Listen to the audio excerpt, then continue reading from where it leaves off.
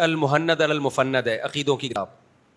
اہل حدیث کہتے ہیں ہم اس کو نہیں, بہت سے اہل حدیث کہتے ہیں ہم اس کو نہیں مانتے, بہت سے کہتے ہیں ہم اس کو مانتے ہیں, بڑا اختلاف چل رہا ہے کہ یہ متنازع عقیدے ہیں وغیرہ وغیرہ. اس کی پوزیشن سمجھ لو المہند المفند کی, کیونکہ ہمارے یہاں بھی بعض لوگوں نے اس کو بہت غلو کیا ہے. دیکھو قرآن و سنت میں کچھ عقیدے ایسے ہوتے ہیں جن میں اختلاف کی گنجائش نہیں ہوتی. اگر آپ اس میں اختلاف کرو گے تو آپ ان 72 میں داخل ہو جاؤ گے جو کون سے ہیں, جہنمی. لیکن کچھ عقیدے ایسے ہیں جو قرآن و سنت نے واضح طور پہ بیان نہیں کیے.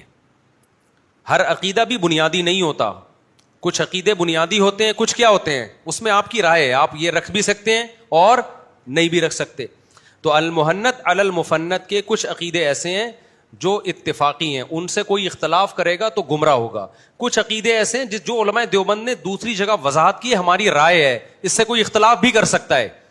اور وہ بھی جو علماء دیوبند کی رائے ہے تو اس میں وہ اکیلے نہیں ہیں, وہ بھی 1200 سال پہلے بھی علماء کی رائے تھی, اس کے صدیوں سے چلی آ رہی ہے. ان کے بارے میں یہ کہنا کہ علماء دیوبند نے گڑھ لیا ہے, یہ جھوٹ ہے بہت بڑا.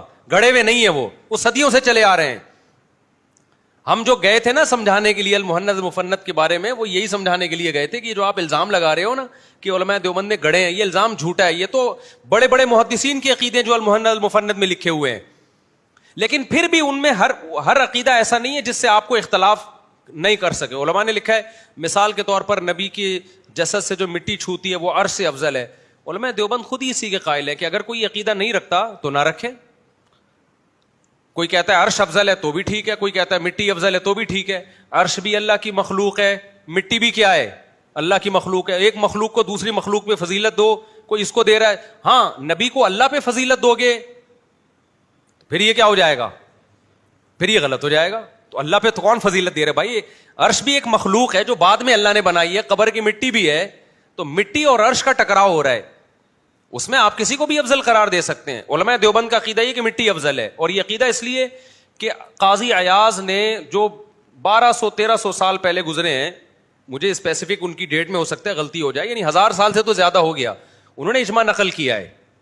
بھائی اس پر تو پوری امت کا اجماع ہے کہ قبر کی مٹی عرش سے کیا ہے, افضل ہے. تو علماء دیوبند نے وہ عقیدہ لے لیا جو جمہور کا عقیدہ ہے. اجماع نہ بھی مانو تو جمہور کا تو بن ہی گیا نا.